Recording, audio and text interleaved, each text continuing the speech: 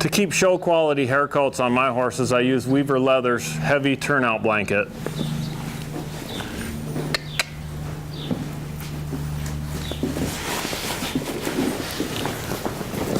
When fitted properly,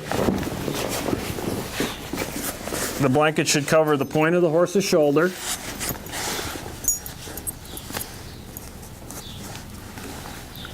and they give you a little variance there in the buckles for adjustments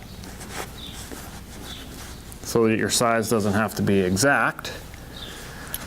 But to measure your horse, you'll start at the point of the shoulder and measure to around the hip to the tail of your horse to find out the size. Make sure it's centered right properly, slightly hanging over the back and the rear.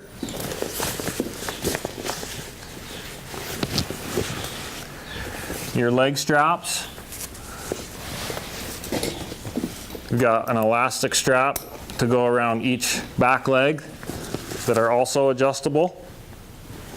I like to keep those fairly short, especially if your horse is in a turnout setting where the wind can pick up that blanket. If those leg straps are too long, it can pick up that blanket and scare them.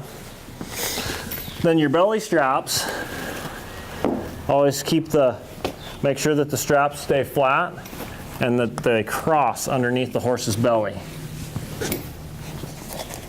These can be fairly snug so that the horse, when he lays down, doesn't get his legs in the straps. Make sure the blanket's centered.